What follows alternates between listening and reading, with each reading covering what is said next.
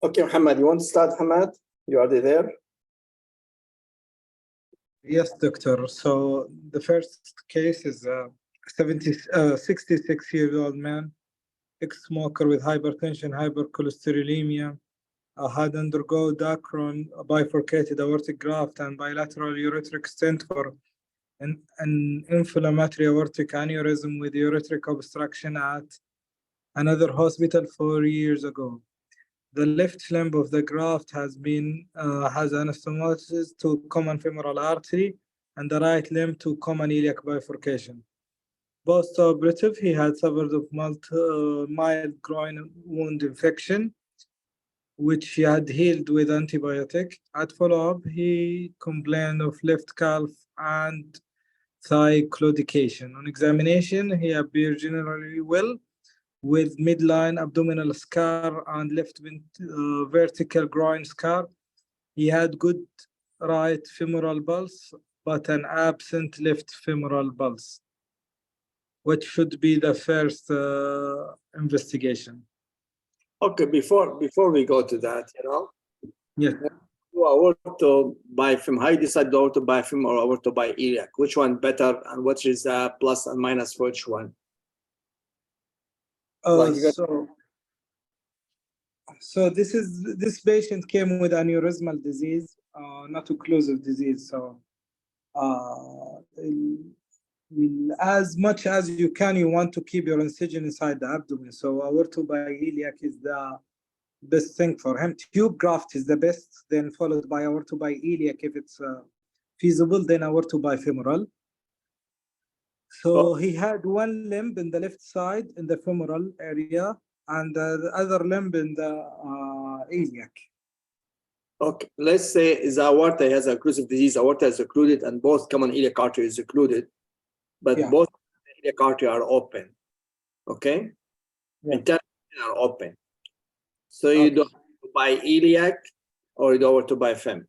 No, I'll do aorto fem for this case, because you will put your graft on external iliac, which is not good graft to deal with. So I prefer aorto fem as a standard procedure for aorto iliac occlusive disease. That's correct. Yeah, I mean, if you're going to do aorto iliac, then it has to be to common iliac, or at least the iliac part. But don't go to the external iliac. So if the common iliac is occluded or disease or something, whatever it is, then you go to the femoral artery. Before, what's the disadvantage of aorto iliac compared with aorto fem? Why sometimes aorto iliac is better because you don't go through the groin and all problems with the groin, right? But why sometimes aorto fem is better? What's the advantage of it over the iliac? When you have a problem, where are you going to have a problem usually? If you have a problem in stenosis, where the stenosis will be? At the anastomosis usually. So if you have aorto fem, it's very easy to fix. You just go to the groin, you make incision, you put a patch, Yes. But if you have aorto iliac and have a stenosis, then are problems. See? So from my old teaching, when I was still, beginning of the vascular, when in the vascular was not something like big, we used to always, the teaching was always do aorto fem. Don't do aorto iliac, because if you had any issue in the anastomosis, you can fix it. You don't have to open the belly again. But now with the endovascular era, it's not an issue now anymore. If you have a stenosis, always you can go there, you can, go through it and you can stent it, So think why now most people, they go with aorto iliac. But if you talk about all surgeons, they prefer to do aorto fem before because of this reason. But now it's endovascular, make it as much easier to go and just stay away from the groin. But again, as you said, it has to be the common iliac. External iliac is not a good artery for distal. So if you don't iliac, go to the common femoral. As I said before, the two worst artery in your body is external iliac artery and SFA. We never take inflow or outflow from SFA or external iliac.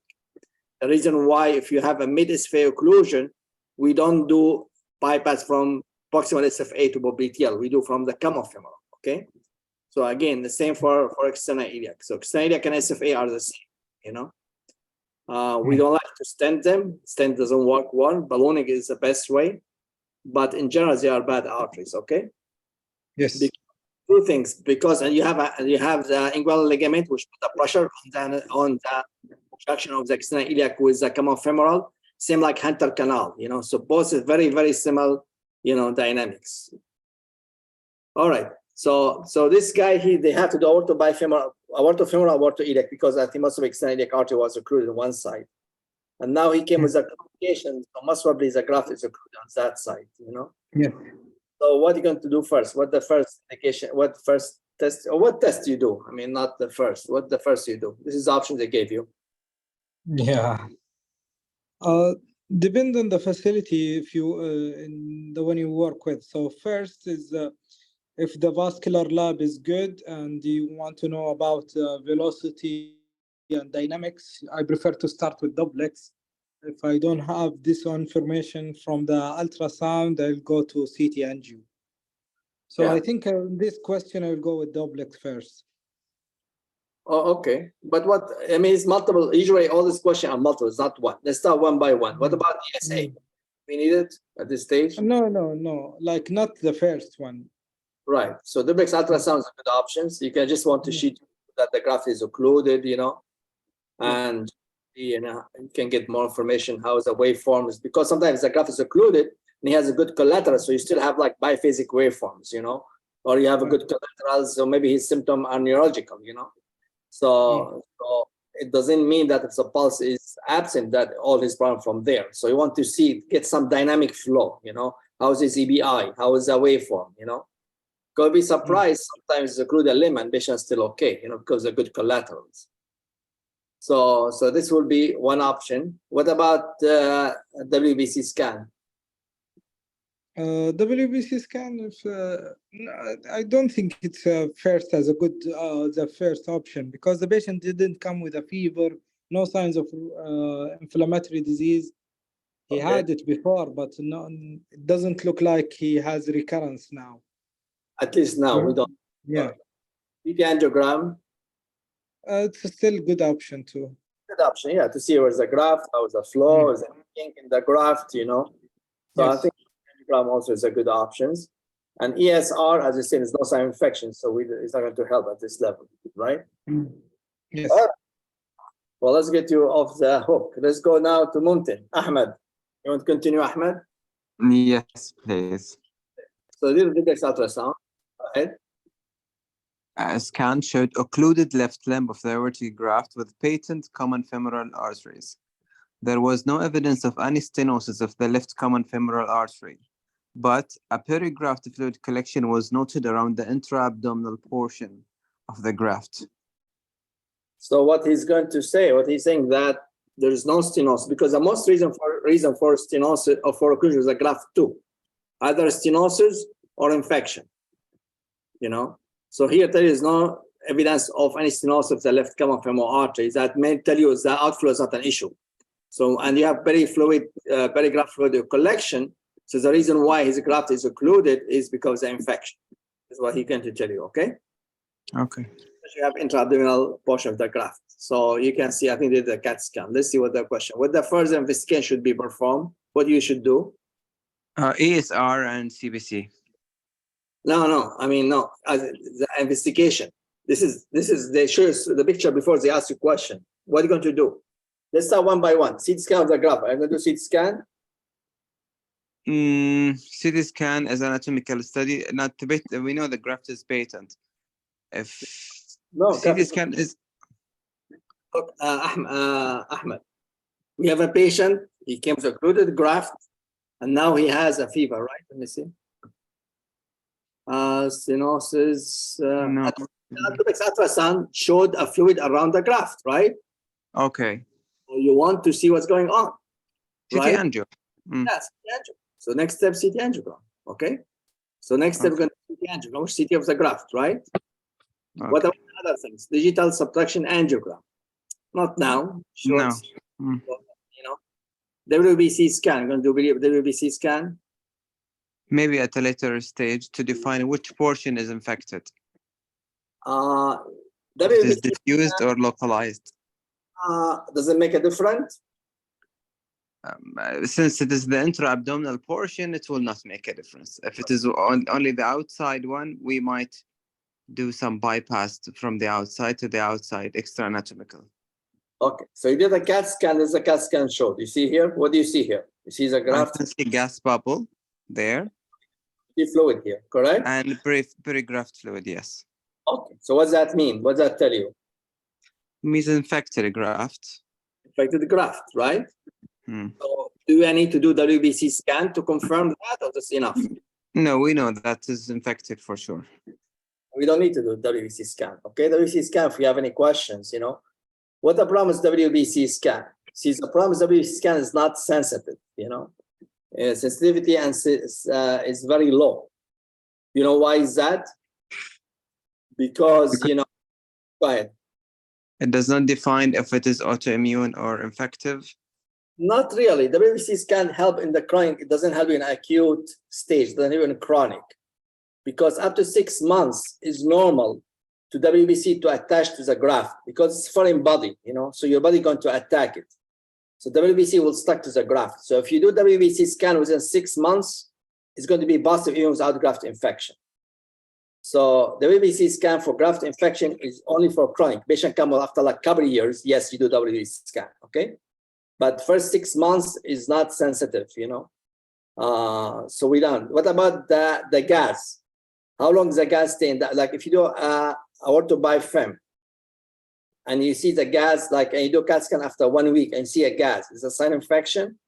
No, it's a postoperative changes.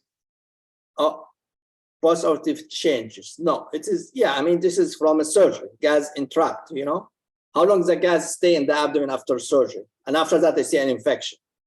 Are we talking about 1 week, 2 weeks, 3 weeks, 4 weeks, 5 weeks? Do you have an idea? I would say more than 2 weeks. Yeah, about 10 days, 10 days to 2 weeks, okay?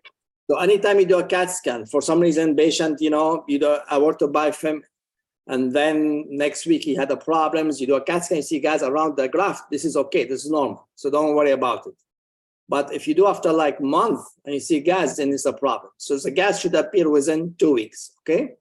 What about the fluid? Because always you see fluid around the graft because of the surgery and seroma and everything. Because this is 2 signs of infection, is the gas and fluid. So gas after 12 days, you should not see it. What about the fluid? The fluid can stay up to 6 months, okay?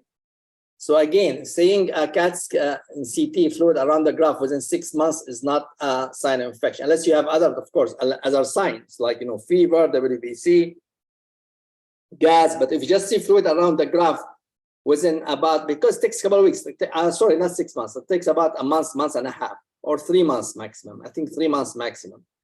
So it takes a couple of weeks, but after 3 to 6 months, then you can think about infection. But first 3 to 6 months, it could be a normal, okay?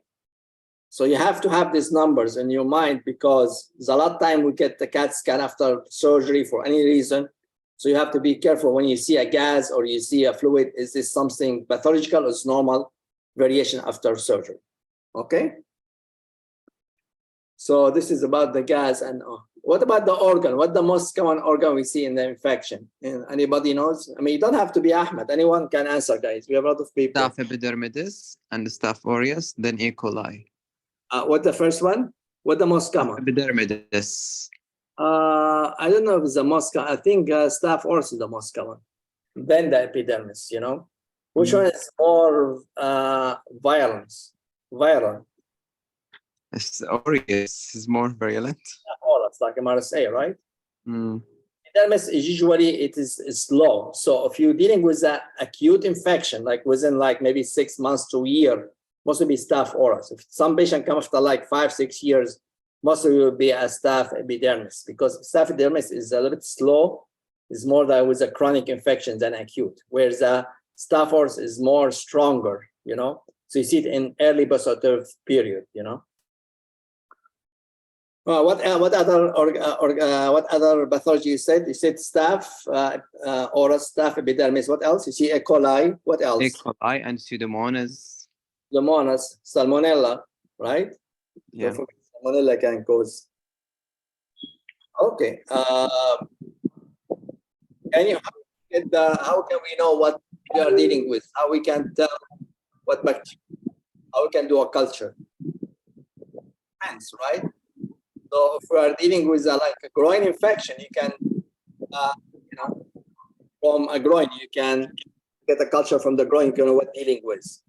But sometimes fish has aortoiliac and he has no groin incision. You have like a gas like this one around the graft. So how do you get the diagnosis? Blood cultures might help. Instead, you do blood culture as negative. Percutaneous. Yeah. Guided percutaneous aspiration. Image guided. Yes, you can do aspiration. Okay, you can aspirate and look for the organism. What is like you have this and you added drainage and the culture came back negative. Does this exclude the infection? You said, okay, can you say, okay, it's no infection, fine, send patient home? No. No. Why is that? I'm with you. Yeah. No, why is that? Because you have about 30% because maybe he's on antibiotics, no? Because he's already on antibiotics, in culture, because he has this, like, it's very difficult to come. It's slow growing, there is some noise somewhere.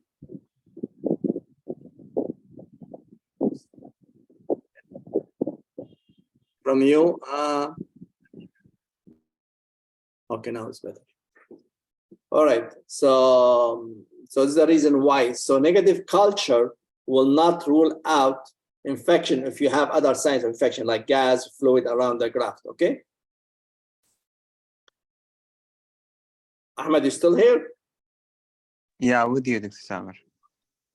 So we do a CT scan, digital subtraction angiogram. I don't think it's very helpful, but you can do it. The WBC scan will not help because I have an obvious sign of infections. And again, as you said, remember, first 6 months will not be accurate. ESR is not specific. I mean, you can do it, but it's not. You cannot rule it out or rule it in. And especially if the collection, again, it can be done. With this one, it's very dangerous because it's very close, so you don't have much fluid. So I think maybe I don't think the radiology will be, courage enough to put a needle. But if you have a lot of fluid, yes, you can aspirate it. Okay. Okay. All right. Let's move. Who's around? Who's with us? Usama. Usama, you want to continue, Usama? Yes, I can continue. Yes, Dr. Samer. So CT scan. We are here. Hello.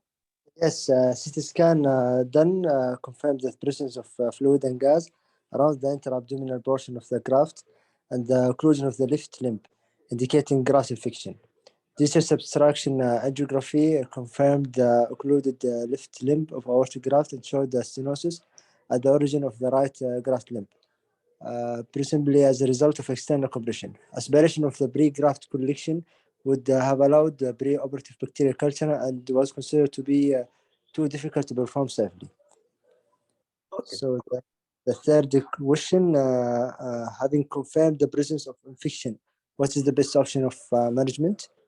Okay, before we go, let's go, because the idea from this is just to discussion, not to really solve the question. Solve the question is not an issue.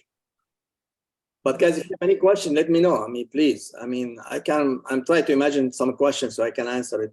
So we have a graft infection, confirmed. We have included the graft. We have stenosis on the other graft. And they didn't do any aspiration, but I don't need an aspiration. Really, they need aspiration not to confirm the diagnosis, because that is confirmed because they want to know what the bacteria. Is the reason why, so they can give the right antibiotic. The reason why we need the aspirations. But in this situation, we cannot do it. Then what happened? We wait until we extract the graft and then send it for culture. In the meantime, we put patient on broad spectrum antibiotic. Unless if he has a bacteremia, then you can culture the blood. But most of the time, this patient, they will not have bacteremia and the culture will come back negative. So most of it, you're going to wait until you open the belly, and when you see the pus, then you aspirate the pus and you send the graft for culture, and then you get the answer. Anyway, so we're dealing with a graft infection. So what the treatment now? Okay, this is the main questions. We have a lot of options. Start one by one and say if they are good options.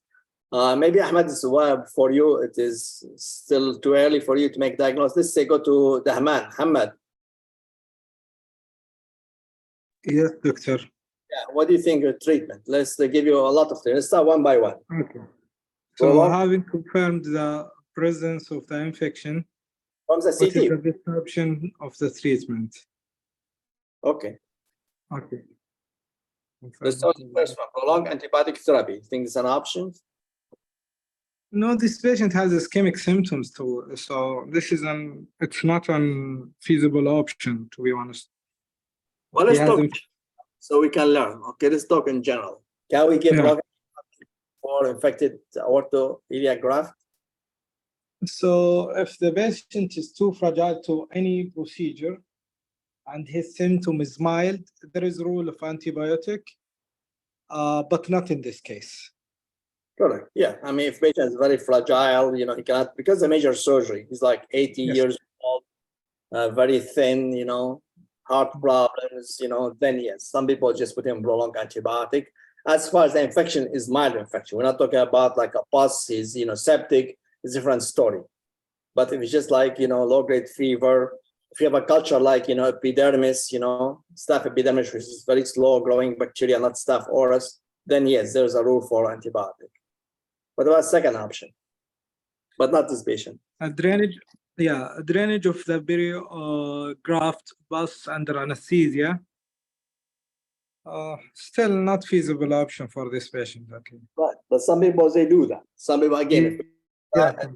they put two drain in the belly graft and they irrigate with antibiotics. Okay. You do continuous irrigation. So yes, some people, again, patient fragile cannot go through a surgery. This will be other options, you know. But with all this option, when you have an infection treated with antibiotic or with this one, what you are concerned about? What's going to happen? Why you just continue like that and done? What your back of the patient? What could happen to him? So he will develop the drug resistance bacteria and he will get worse. Yeah, but no, I mean, if you irrigate it, you get this bacteria. But what's going to happen? What could happen? Which is most going to happen to him is that the bacteria will eat the anastomosis and he end with a message. Will, you know, one day come with a anastomosis breakdown. breakdown. So it's a problem with the infection. It's a problem when you have an infection because the bacteria eat your thread. So you end major bleeding. So you have to tell the patient, yes, we're doing that. There's always a chance you may, and anytime you don't know, just boom, massive bleeding, he may die.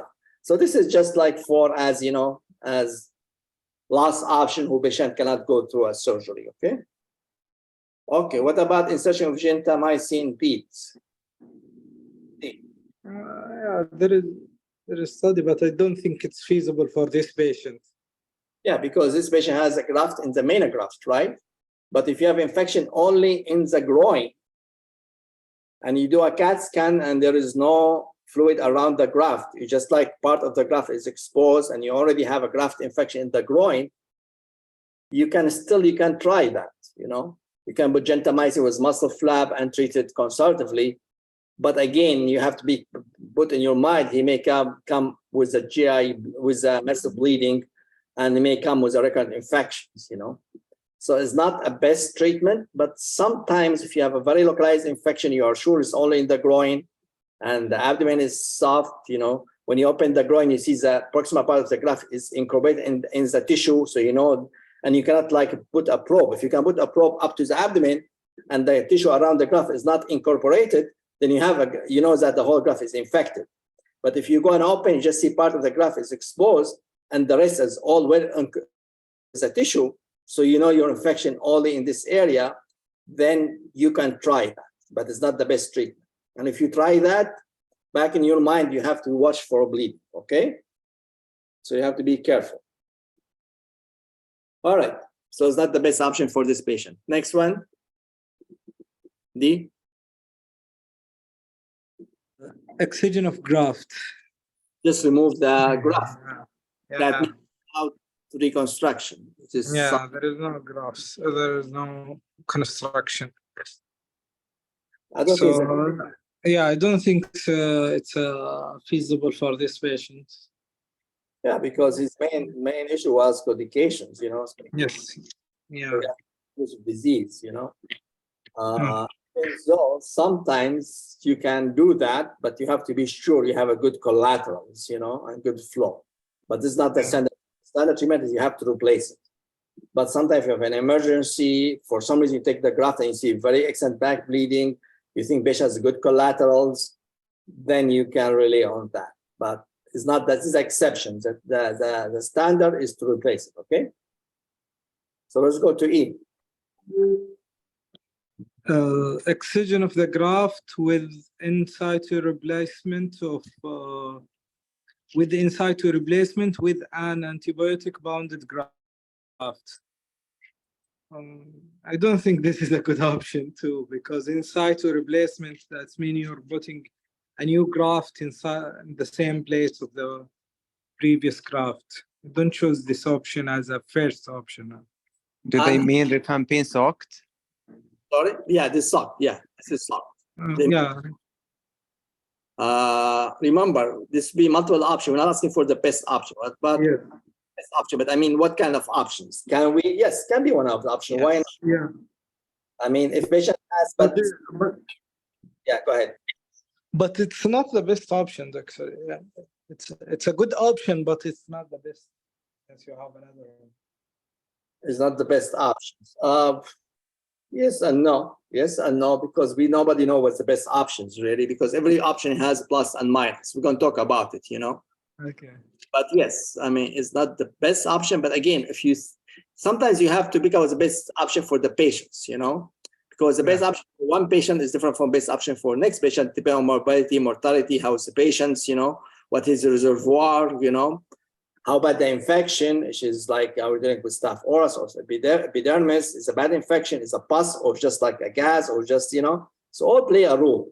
But this is one of the acceptable, put it an acceptable indications, you know, or a treatment is an acceptable treatment, you know. Yes. And you use what antibiotic we use? Rifampicin. Rifampicin, okay? We put it for 20 minutes with the graft for rifampicin, and then we use rifampicin. What other graft to use is a silver, okay? But even with that, really, we don't have a strong data to tell us really rifampicin or silver graft really prevent infection, because they can get infected again. That's why, as you said, it's not the best option, you know? And this is take us to the same things. Why we don't use always a silver or rifampicin soaked graft when you do aortobiofilm to prevent infection? Like in general, why let's use it so we don't get an infection? Because it's infection, you know. So this is all the essence. So whoever tell you that, that's why we don't use them routinely. Otherwise, if we know for sure this prevent infection, we should use them in every patient. What's the big deal? You just put your graft in rifampicin or get a silver graft. But none of them showed, none of studies showed, or good study, that silver or rifampicin prevent, as if you put it as a primary graft, to prevent infection. So infection is the same if you put regular graft or what's the name, silver, you know, graft.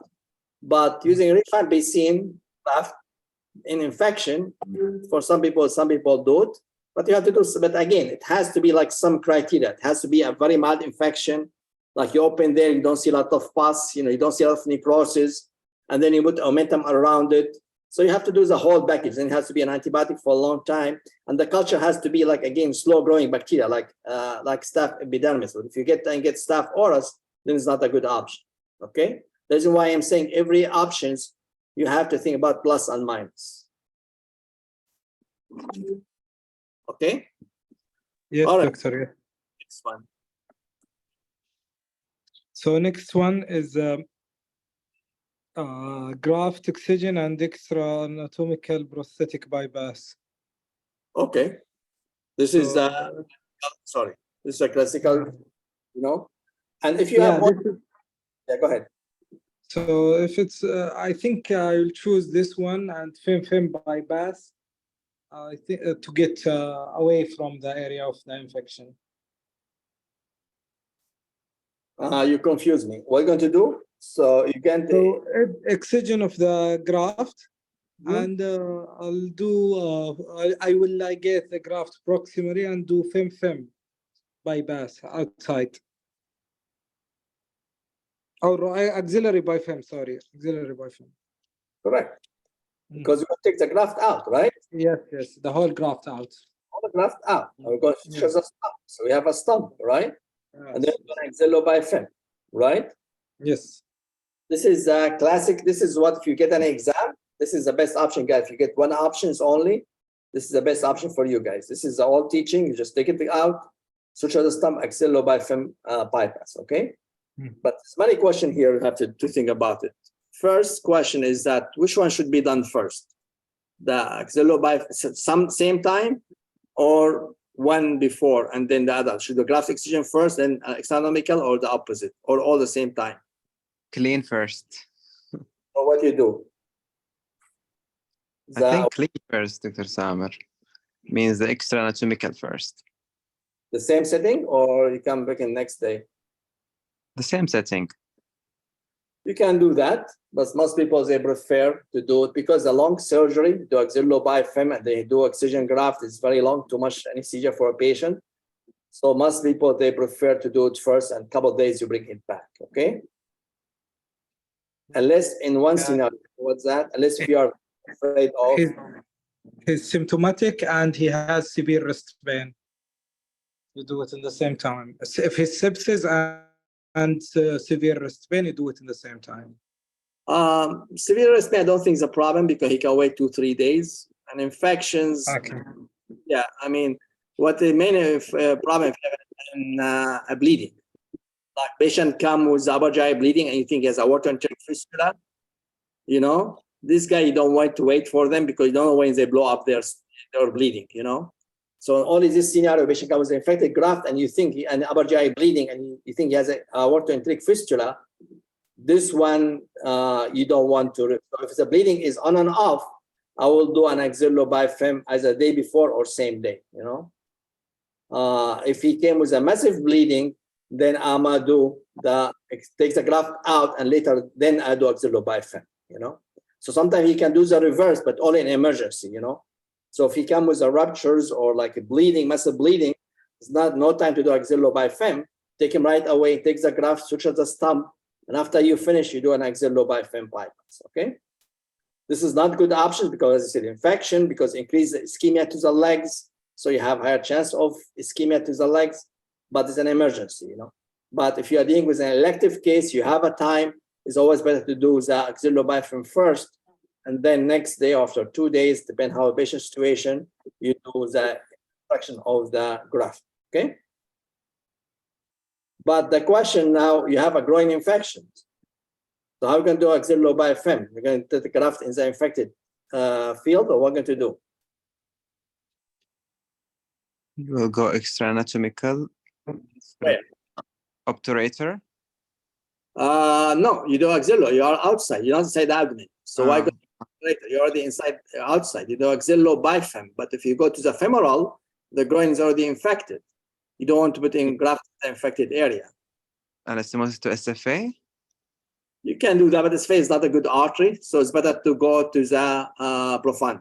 Profunda is much, much better artery, you know. Go lateral incision, and then do axillo profunda bypass, you know, is much better. Some people, they go all the way to popliteal, but I think it's too long, you know, to go popliteals. As I said, SFA never use it, guys, as inflow outflow. SFA is a bad artery. Don't use it inflow outflow. So either I'll go to the profunda or I go to the popliteals, you know. But again, popliteal is too far. So most of the I'll go to the profunda. Try to stay away from the incision. All right, any question about this one? No, doctor, clear. So let's go next one, G. So what the other option? G is graft replacement with autologous vein. Okay. It's highly morbid surgery, but it's feasible, yes. Yes, and between me and you, this is the best option. Because the main issue with the extranatomical bypass is what? Is stump blowout, you know? Yes. And this is happening because you're doing anastomosis, you suture the aorta, which is already diseased, autoinfection in this area. The reason why people they start think about putting inside to either by rifampicin or diachrome or whatever, but the vein or allograft, you know, but the vein is the best, you know, option really. It's better than extranatomical bypass really. But as you said, it's a long procedures, you know. Which vein we use? Common femoral vein. Common femoral vein. What about saphenous vein? Small vein. Small vein, you cannot. It's very small. Okay. Yeah. But common femoral vein is a short, so you need something long, you know. Mm. So what we use, you see the problem here these days. You use a superficial femoral vein. You don't use a common femoral vein. Why is the reason? Because you need to have an outflow for the leg. And what the main outflow to the leg is the profunda vein. So you want to keep the profunda. What about external iliac? Can we take iliac vein? You are inside the abdomen. It's a big vein. Why we just take the iliac vein? Why have to bother with the legs? He will have severe leg swelling usually. Yes. You see, the more you go distal or proximal, depending how you look, you get more severe swelling. So that's why you need to go down. So you have good collaterals. So the best way is a superficial femoral vein, but you have to keep the profunda open because this is the main. If you take them both, the profunda, if you take common femoral vein and you close the profunda and a superficial femoral vein, there's no outflow. You know, so this is a problem. So we take only the superficial femoral vein all the way down to the popliteal. We don't take popliteal below the knee. We go up to the knee level because below the knee is where the good collateral to the profunda. So we harvest it from the knee. We don't go below the knee. From the knee up all the way to the junction with the profunda to form the common femoral vein. But again, you have to keep them. You have to keep the profunda open and popliteal vein below the knee open. Okay. You can get some swelling, but this will go away. We don't take external iliac, we don't take common iliac, we don't take common femoral vein, any of these, we don't take them, okay? And the second thing is that the superficial femoral vein is very thick. So this is very good. It helps you also because you need like a thick vein, you know? So you can harvest it. The question is that when you do it, we'll talk about later on. Let's continue, take too much time. What are the other options? So last one is allograft. Yes. Allograft in a cadaver. What do you think? Is a good option? It is a good option, but usually this artery will come to you in very bad shape. So if you have good allograft, it's one of the best option actually. The highest reintervention rate, 55%. Yes. Why is that? Yeah, because the artery will come in very bad shape already. No, not right. Where you take the artery? If you go to cadaver, you need an infrarenal aorta. What you take from the cadaver? Infrarenal aorta or what you take? I take thoracic aorta. Right. So thoracic aorta usually is good because he's a young guy. Yeah. So it's not a problem. The problem is that the allograft itself, it gets degeneration with the time, you know? And people get aneurysmal dilatation. So you can get aneurysm, you know, in the aortic allograft. So especially if you get it like fresh, it's not, you know, then you get some degeneration and see some cases of thrombosis, you know, and again, aneurysmal dilatation. So again, it is a good graft, but it's not the best, you know. There is another option which is not put it here, which is the most common now they use it, people, which is really give you all the advantage. See, everyone has advantage, disadvantage. The most people now they use is a diachrome graft, not the diachrome, sorry, the bovine patch. So they bring the bovine patch, and they make it like a tube. And you can make it one tube and then two tubes, so reconstruct the whole aorta bifurcation. So the good thing it's like an allograft, but it is bovine, so resist to infections. It's easy to use it. You don't need a long vein incision, and you don't worry about aortic stump ruptures. So this is what most people do it now. They didn't put it here. But again, if you think about all these options, the best option is, of course, the vein, but it has a high morbidity. It takes a long time. You harvest the vein. You're already dealing with a major surgery. So it is difficult, but this is the best options. Extranatomical bypass is good if you do it in stages. Allograft, I think, and antibiotic, you know, rifampicin or silver graft, I think it's good if you have a mild infection, not a severe infections. Okay. Any question, guys, about this? Because it's the most important part of the discussion, right? This part, this question. Any question from anybody? I think there's some, right? PET scan. No, I think. All right, let's keep going. Who's going to take this? So Yahya is here. Yahya, you're here? Yes, Dr. Samer, please. Okay, you want to continue? So let's see what's it. They said in situ replace. They did a vein graft. Okay.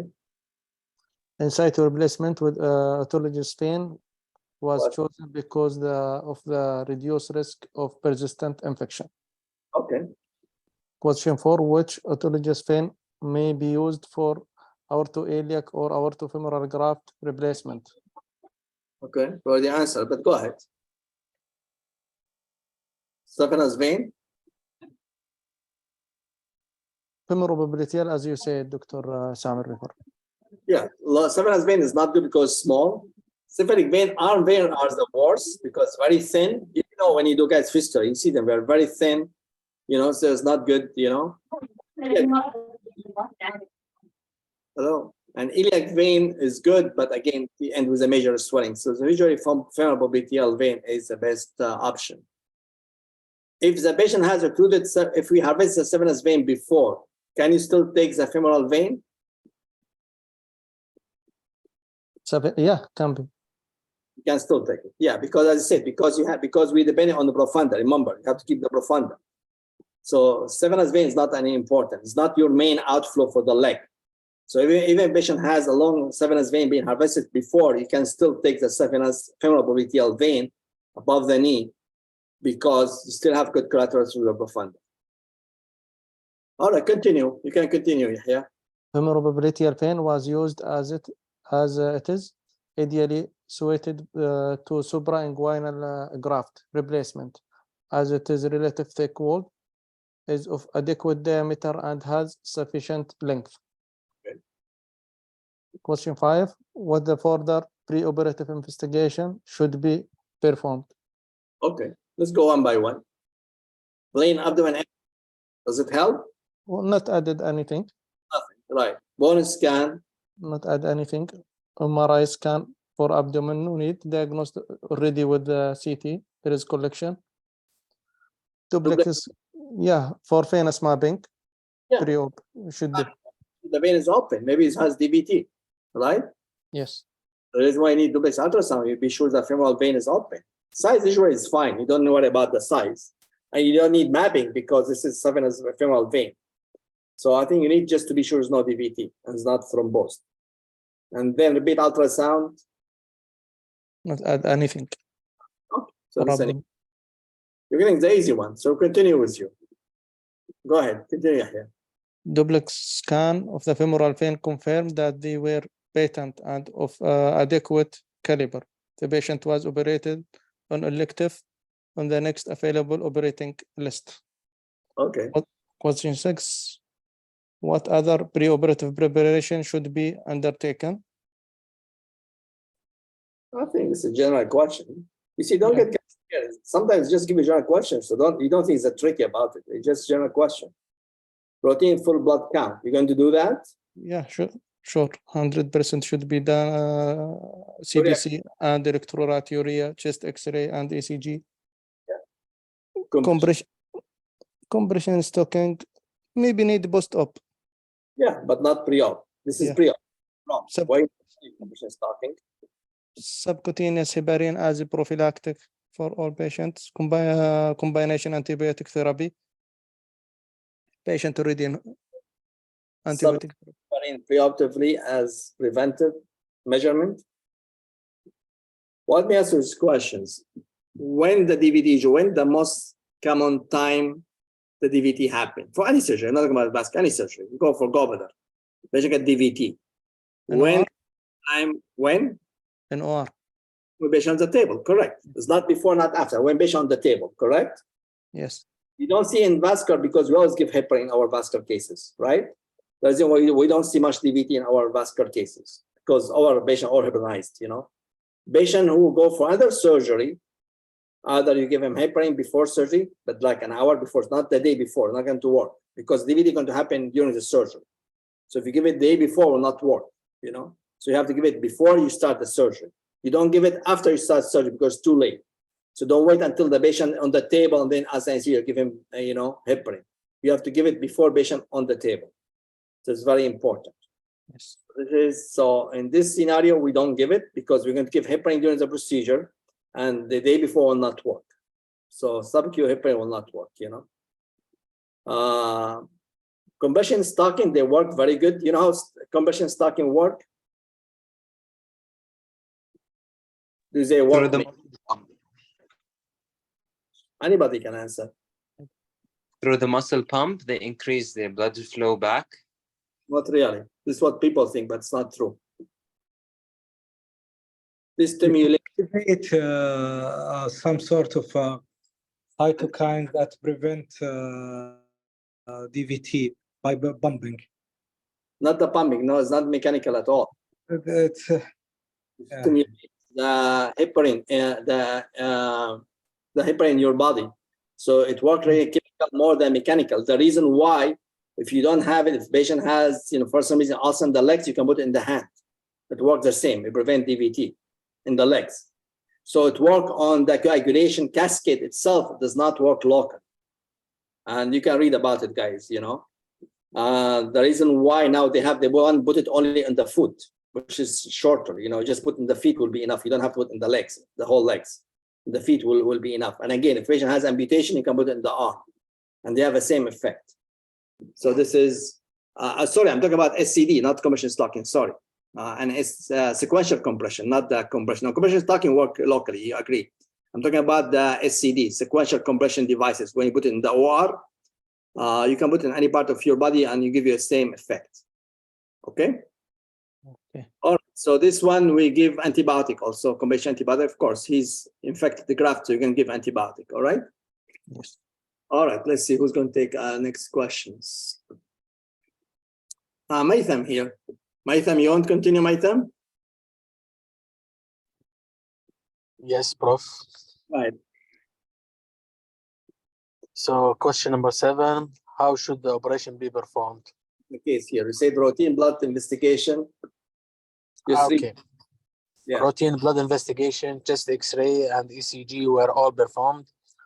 And in view of the magnitude of the procedure, echo and lung function tests were also ordered.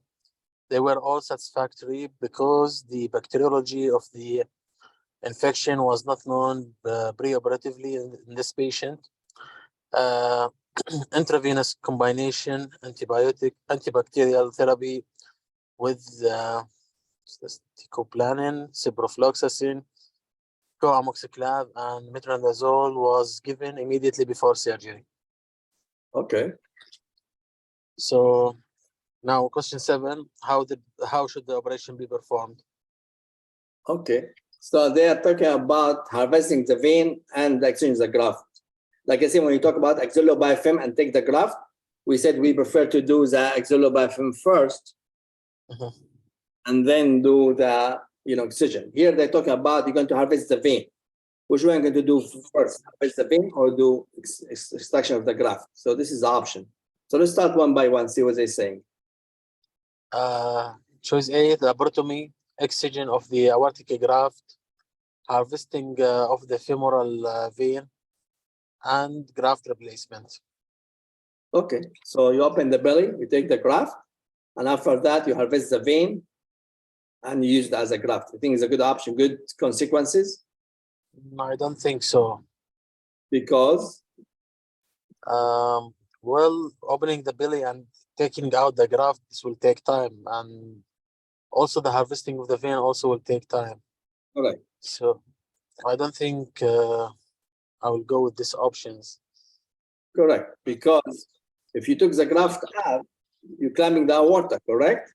Yes, exactly. Harvest the vein, you spend like an hour of ischemia for no reason. It's not like you float the legs, And then the abdomen is open. When the abdomen is open, what happened? The bowel gets swelled up. You lose a lot of fluid, Then you yes. aliens, And this takes me to the question. When you do aortobiafilm, Okay? When you go over to biofilm, which one you open first, the groin or the abdomen? We'll go the groins first.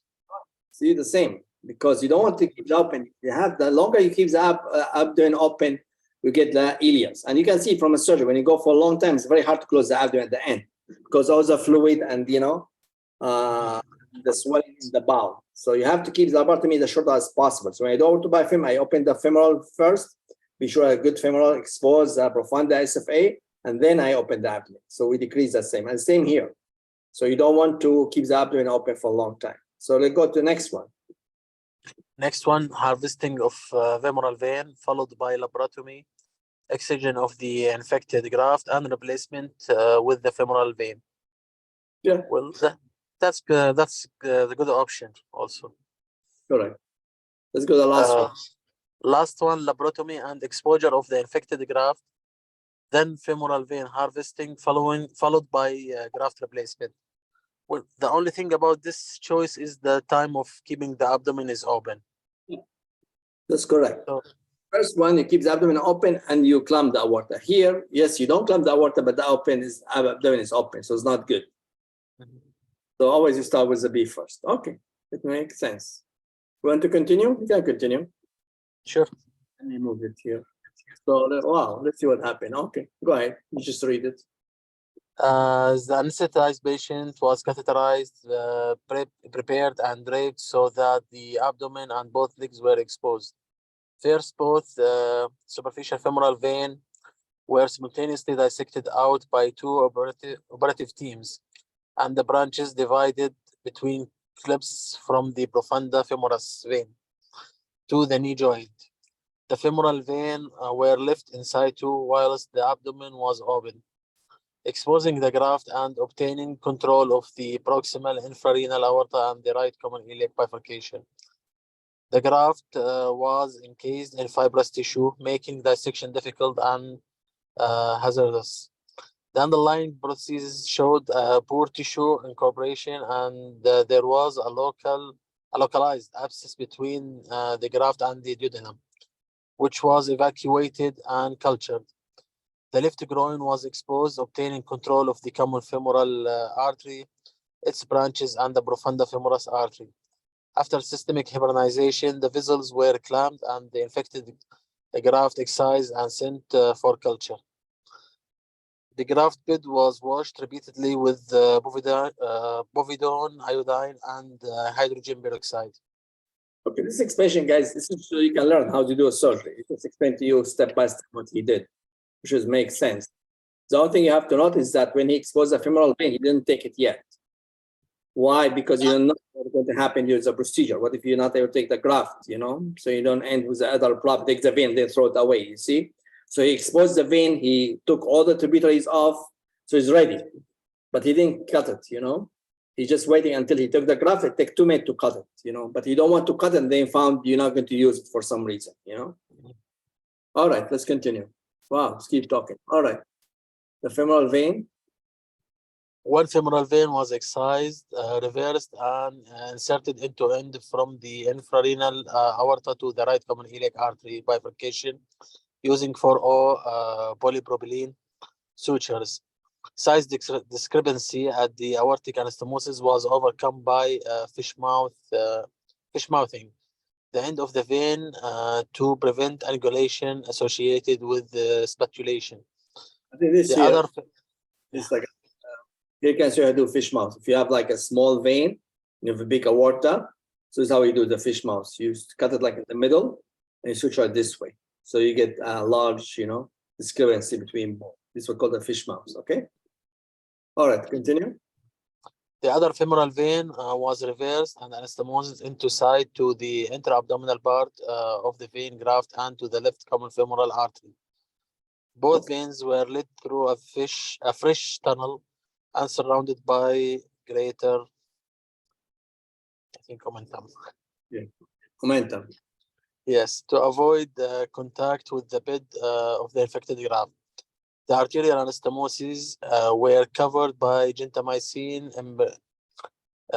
impregnated collagen foam, and the wounds were closed with suction drainage. antibiotic prophylaxis, and low molecular weight heparin were continued post-operatively.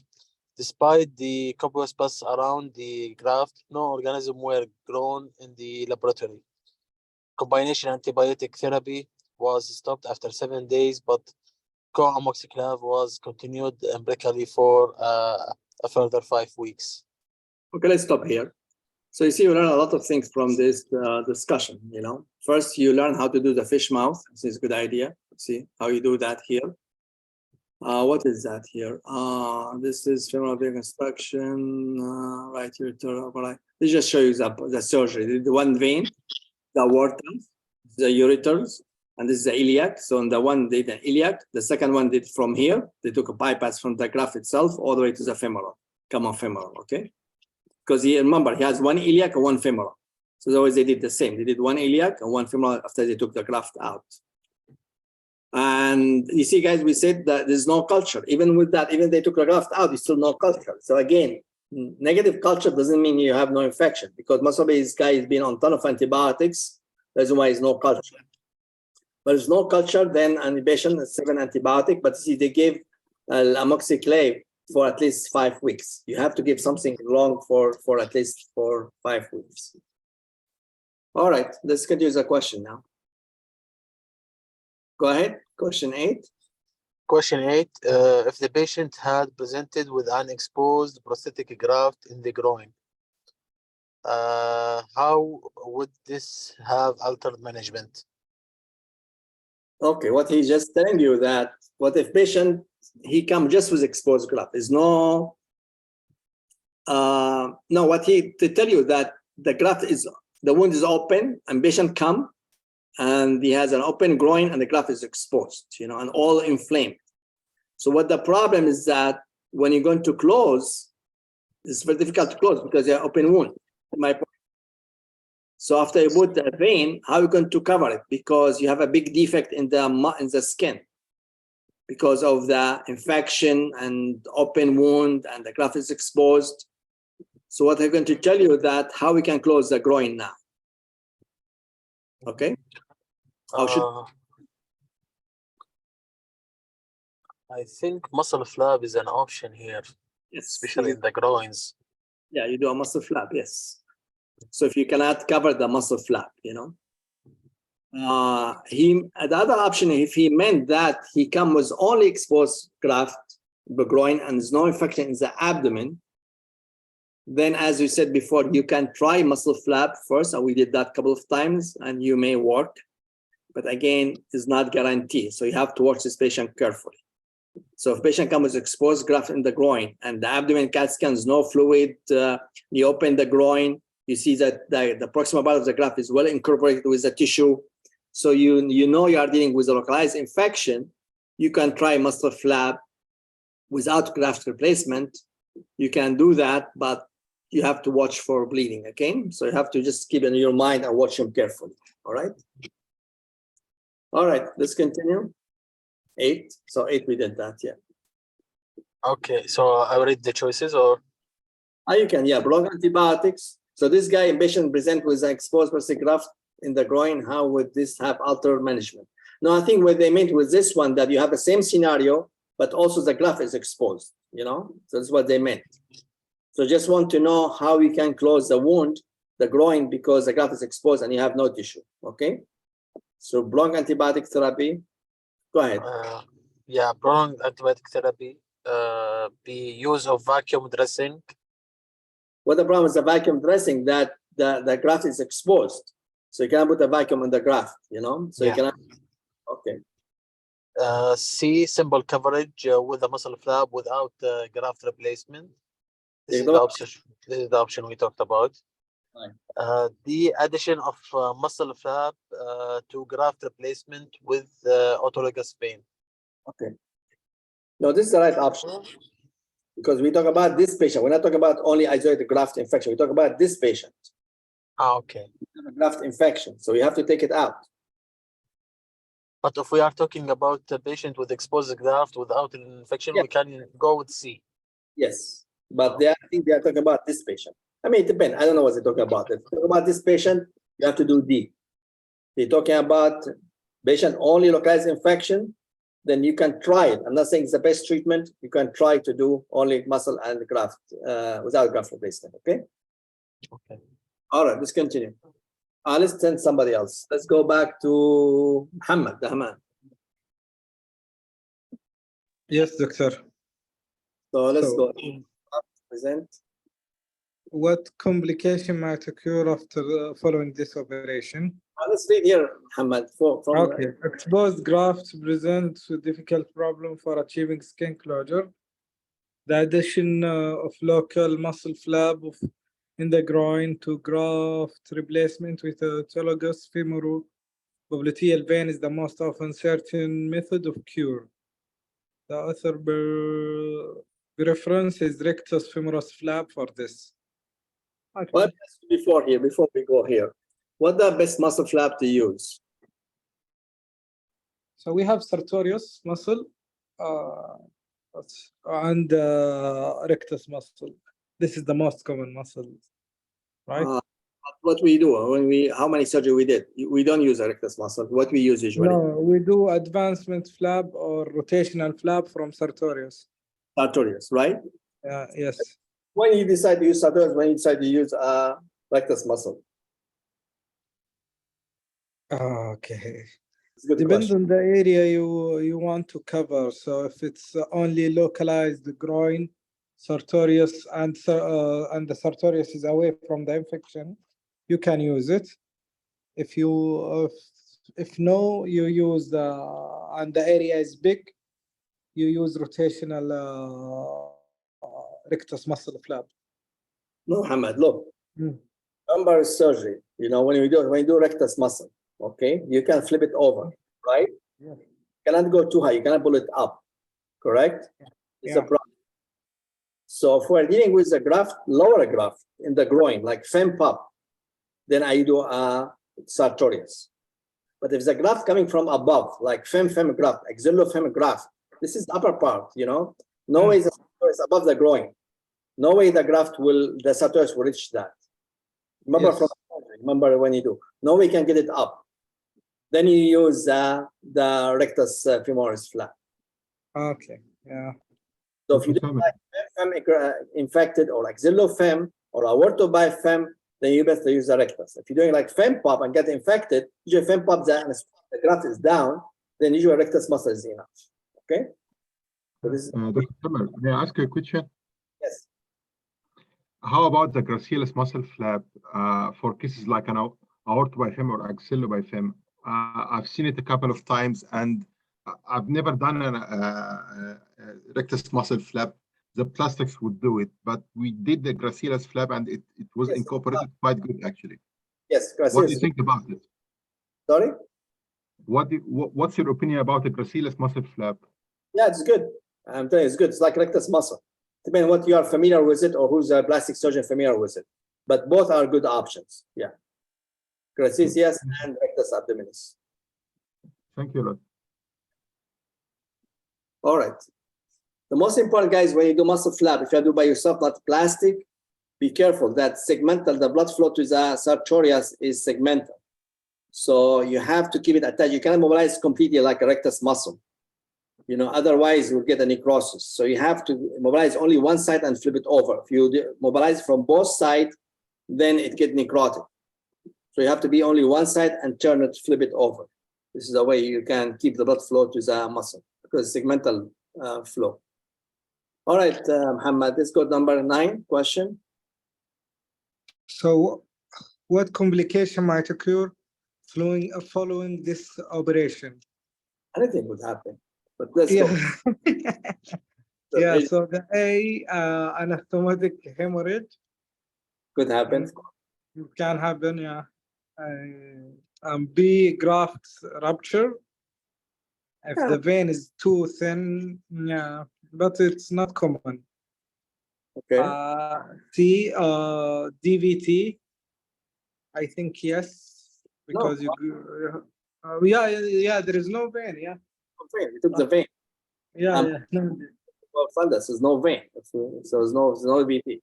No. Okay. Limb swelling, it's quite common in this procedure. Right? E. seroma in the thigh, also quite common.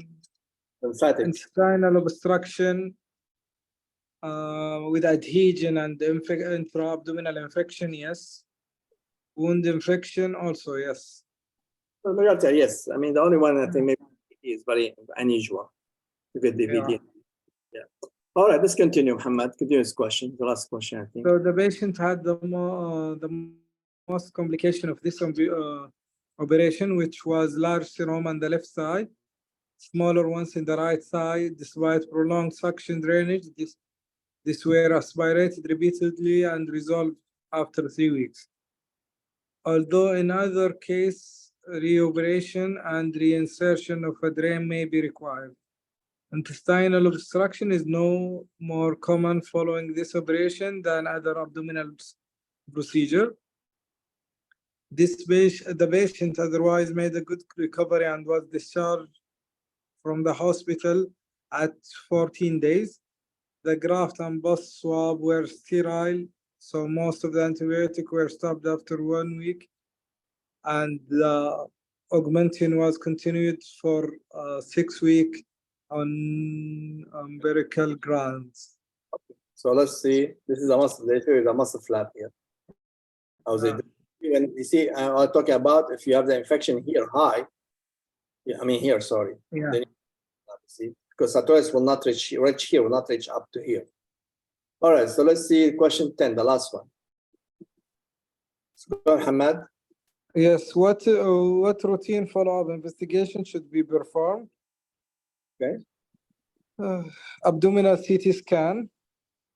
Yes, it can be. You can follow this patient with abdominal CT scan or abdominal ultrasound. Both of them. Yeah. Graft duplex scan. Sorry. Yeah. Yeah, because when you need a CAT scan, I mean, it's going to confuse you more. You're going to see some fluid and all the things normal after major surgeries. So it's not like an EVA or TIVA, it's different, you know. So this is surgery. You don't follow up with surgery. You just want to be sure the graft is open, you know. I mean, you follow him. Unless if he has still running fever, then you do a CAT scan, look for an abscess, you know, or he still have. Well, yes, but if they said they told you he recovered very well, he went home, right? Let me see.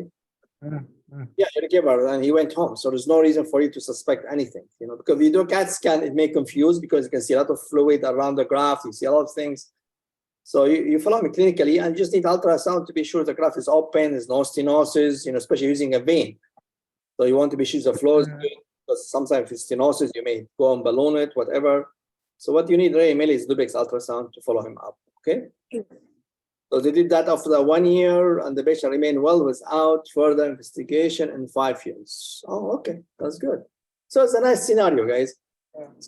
So now the, you know, open to any question about graft infections. It's all case about graft infection, which is 90% guys, you can get this question in the oral and in the, you know, especially the 3rd year, Hamad. This is the I present to you in the oral exam is the graft infection because this is most common difficult part, you know. Clear. Thank you. So if any question about the graft infection, guys, anybody, any question, I'm ready.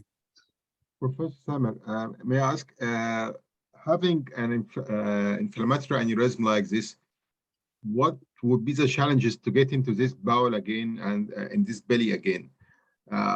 And should we go on again with ureteric stents or pigtails for the ureters? I haven't done an inflammatory aneurysm before, but what's your tips and tricks for this? What should we be doing?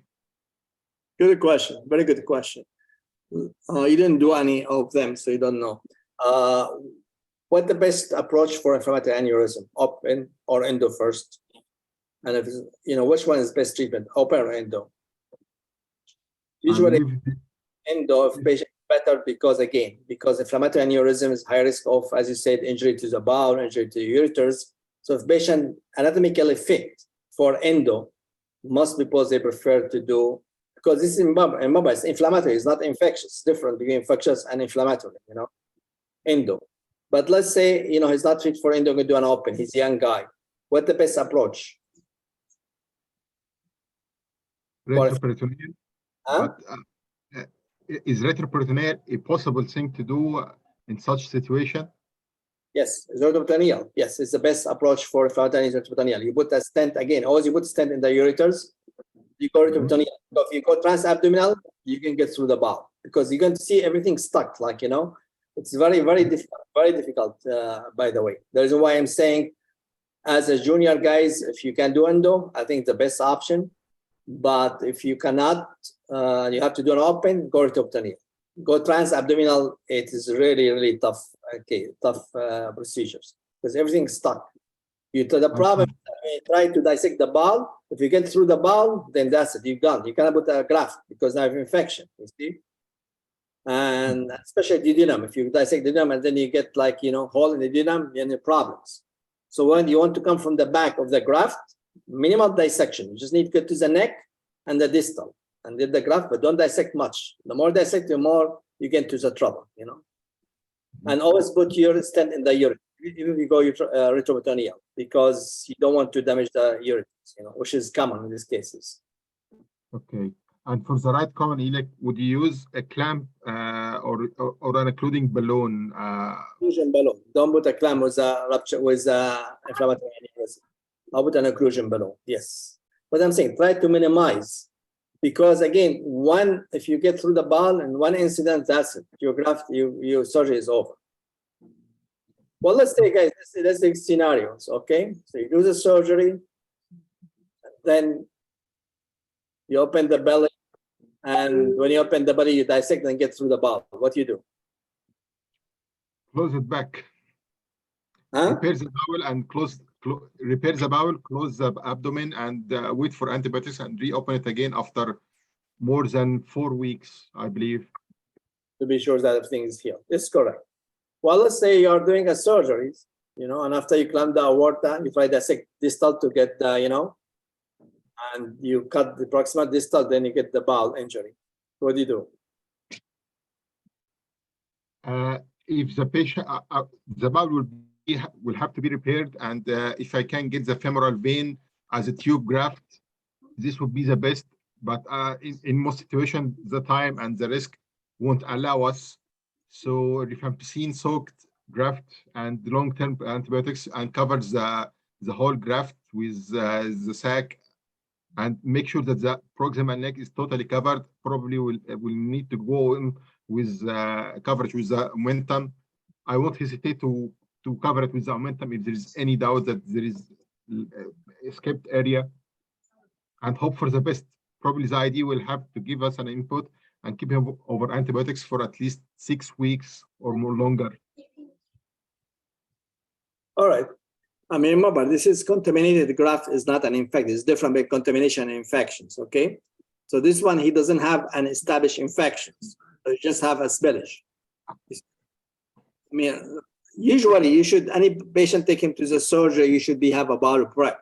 So his bowel should be clean, and he should already have a flagyl and vancomycin PO. So his flora should be not very bad, And most of flora will be an E. coli because it's a negative, it's a bowel. So yes, but I will not very aggressive. It's not like an infected graft.